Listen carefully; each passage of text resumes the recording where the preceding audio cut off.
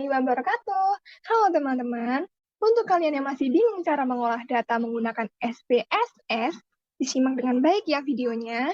Nah, kita akan mencoba mengolah data analisis regresi logistik. Pertama-tama kita harus menyiapkan program SPSS-nya. Nah, ini saya sudah membuka programnya ya. Nah, kami sudah menyiapkan sebelumnya contoh kasus dengan judul penelitian pengaruh literasi keuangan, kemampuan finansial, dan kemudahan penggunaan layanan e-wallet Dana terhadap keputusan bertransaksi pada aplikasi Dana. Kami menggunakan 3 variabel independen, pengaruh literasi keuangan sebagai X1, kemampuan finansial sebagai X2, dan kemudahan penggunaan layanan e-wallet sebagai X3. Lalu variabel dependennya yaitu keputusan bertransaksi pada aplikasi Dana. Rumusan masalahnya yaitu apakah literasi keuangan berpengaruh positif terhadap keputusan bertransaksi pada aplikasi Dana. Masalah yang kedua, apakah kemampuan finansial berpengaruh positif terhadap keputusan bertransaksi pada aplikasi Dana.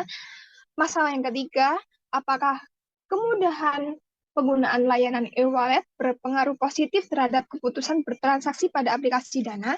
Dari masalah tersebut menghasilkan 3 hipotesis. Hipotesis yang pertama yaitu diduga literasi keuangan berpengaruh signifikan terhadap keputusan bertransaksi pada aplikasi Dana. Hipotesis kedua yaitu diduga kemampuan finansial berpengaruh signifikan terhadap keputusan bertransaksi pada aplikasi Dana.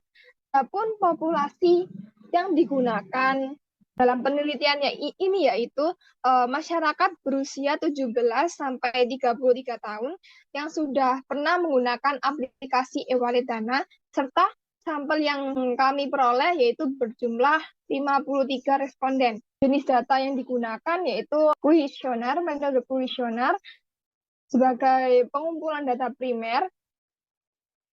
Data kuesioner ini yang akan digunakan untuk menguji hipotesis yang dibuat.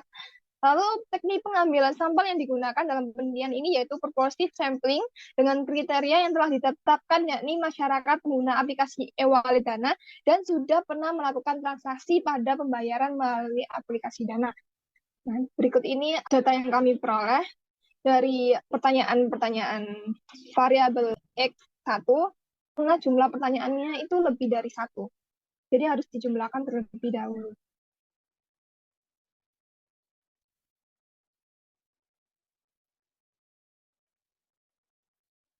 Oke, kita masukkan.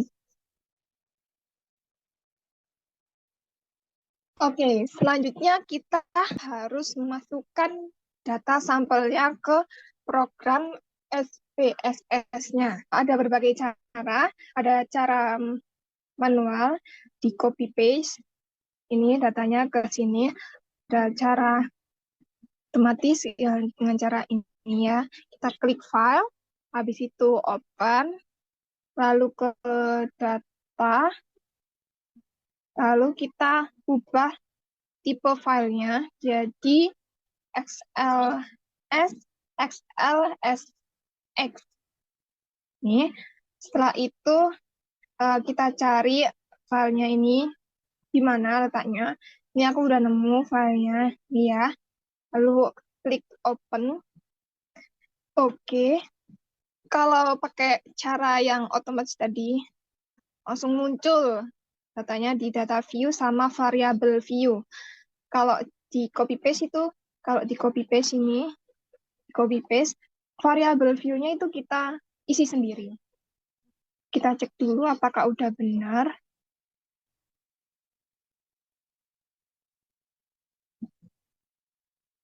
Oke, udah benar. Yang variabelnya skalanya nominal. Udah benar.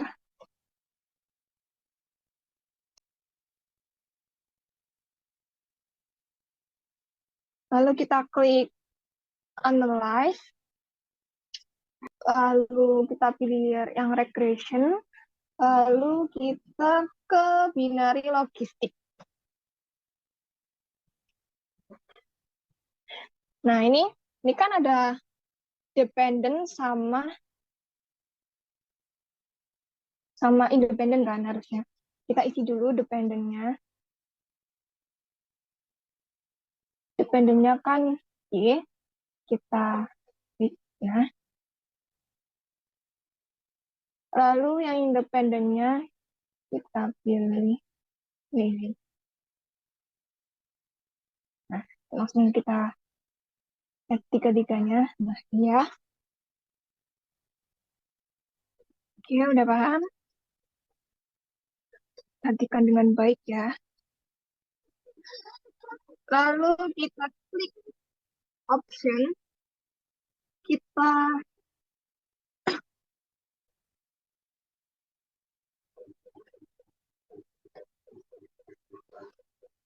kita checklist classification plot, customer lens show goodness, correlation of estimate, sama iteration history. Kita klik 4 ini ya. Lalu continue. Lalu kita klik OK.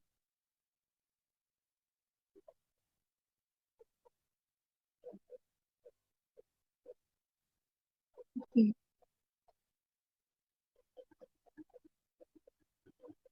Nah, ini ya, udah keluar hasilnya. Pada tabel 1, case processing summary, tabel yang ini, N sebanyak 53.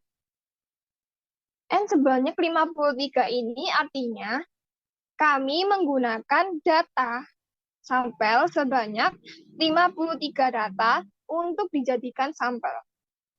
Lalu tabel selanjutnya, tabel kedua yaitu tabel dependent variable encoding. Tabel yang ini ya. Analisis datanya, variabel dependent memiliki dua kategori, yaitu tidak melakukan transaksi pada aplikasi Dana dengan angka 0, yang ini ya, dan melakukan transaksi pada aplikasi Dana dengan angka 1, yang ini. Lalu selanjutnya ada tabel block 0 atau beginning block pada tabel iteration history, yang ini. Scroll dulu. Analisis datanya dapat dua kriteria pengujian. Yang pertama, nilai log likelihood kurang dari chi-square tabel, maka berkesimpulan bahwa model sebelum dimasukkan variabel independen sudah memenuhi syarat uji. Yang kedua, nilai log likelihood lebih besar dari chi-square tabel, maka bersimpulan bahwa model sebelum dimasukkan variabel independen masih tidak memenuhi syarat uji. Nah, untuk mencari chi-square tabel, kita dapat menggunakan rumus N kurangi 1. N-nya ini jumlah data sampel tadi, 53 responden, dikurangi 1 sama dengan 52. Lalu kita dapat melihat pada tabel acuan chi-square, maka didapatkan chi-square tabel yaitu sebesar 69,832. Maka dapat disimpulkan bahwa model sebelum dimasukkan variabel X sudah dapat memenuhi syarat uji karena nilai log likelihood-nya kurang dari chi-square tabel, yaitu 17,032 kurang dari 69,832. Selanjutnya, terdapat tabel classification table. Dari hasil analisis data yang telah dilakukan, terlihat bahwa sebesar 2 responden memilih untuk tidak melakukan transaksi pada aplikasi Dana, sedangkan 51 responden memilih untuk melakukan transaksi pada aplikasi Dana. Dengan prediksi persentase kebenaran sebesar 100%, dan jika berdasarkan data secara keseluruhan, persentase dengan 51 yang memilih untuk melakukan transaksi pada aplikasi Dana mendapatkan angka persentase sebesar 96,2%. Setelah itu, terdapat variables in the equation. Dari hasil analisis data, sebelum variabel X dimasukkan dalam model, mendapat nilai B atau koefisien beta sebesar 3,239 dengan odds ratio sebesar 25,500. Sebelum variabel X dimasukkan dalam model, mendapat nilai B atau koefisien beta sebesar 3,239 dengan odds ratio sebesar 25,5 dengan nilai sin-nya yaitu dari uji Wold sebesar 0,0. Lanjut, omnibus test of model coefficients. Hasil analisis data menunjukkan, sebelumnya dijelaskan dulu bahwa kriteria pengujian jika nilai sin kurang dari 0,05 berkesimpulan berpengaruh secara simultan atau bisa diartikan ketika variabel independen yang digunakan berpengaruh secara bersama-sama terhadap variabel dependen. Jika nilai sin kurang dari 0,05 atau 0,001 kurang dari 0,05.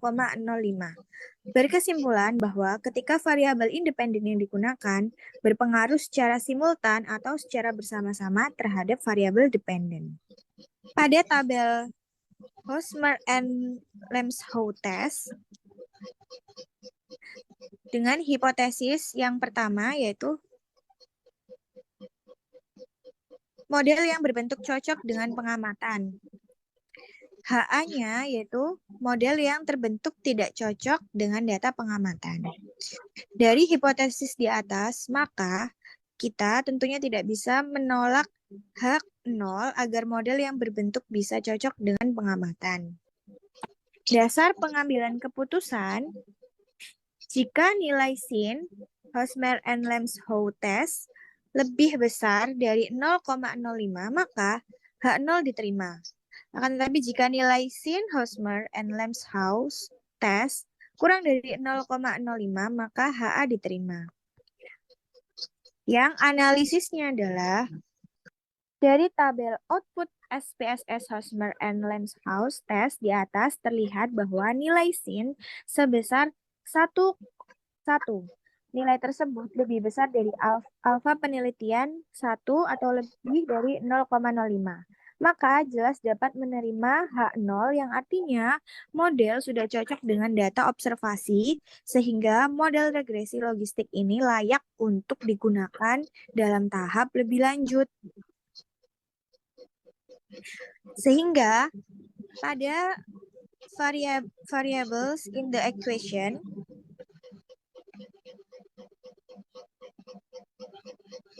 memiliki persamaan regresi. Dari variabel di atas, maka dapat dibentuk persamaan regresi sebagai berikut. Y sama dengan A, B1 ditambah B1X1 ditambah B2X2 ditambah B3X3 yang menghasilkan nilai Y sama dengan negatif 282,387 ditambah negatif 6,552 ditambah 23,511 ditambah 3,464. Nilai-nilai tersebut didapatkan dari tabel variables in the equation di atas. Adapun cara untuk menafsirkan regresi logistik dengan pendekatan probabilitas adalah yang pertama, nilai negatif dianggap probabilitas 0. Nilai positif lebih dari 1 dianggap probabilitas 1. Nilai positif antara 0 sampai dengan 1, probabilitas disesuaikan dengan angka perolehan tersebut. Dari persamaan regresi di atas, maka dapat dilakukan analisis di mana konstanta sebesar negatif 282,387 yang berarti apabila tidak ada literasi keuangan, kemampuan finansial, dan kemudahan penggunaan layanan e-wallet, maka tidak ada yang melakukan transaksi pada aplikasi Dana. Selanjutnya, koefisien regresi variabel literasi keuangan sebesar negatif 6,552 atau bernilai negatif yang bermakna apabila tidak ada literasi keuangan, maka tidak ada yang melakukan transaksi pada aplikasi Dana.